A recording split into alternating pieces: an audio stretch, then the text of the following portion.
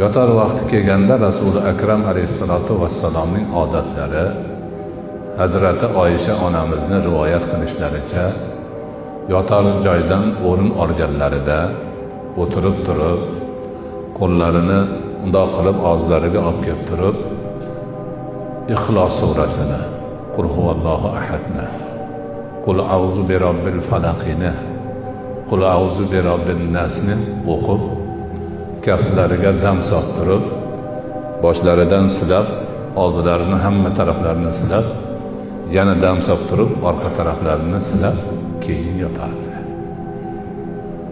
Mana shu suralarni hisn deydi, qo'rg'on.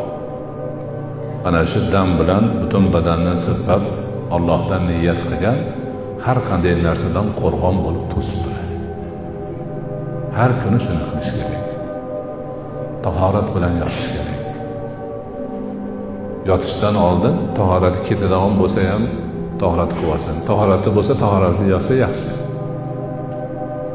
Lekin tahoratlik bo'lmasa tahorat qilib olib yotsin. Shu yotgani bilan inshaalloh bomdodgacha tursa ibodat o'rniga o'tadi yo'qsa ham. Chunki niyat bilan tahorat qilib duoni o'qib yotdi. Uyqusi ham ibodatga aylanadi. Qarang, qanday go'zal.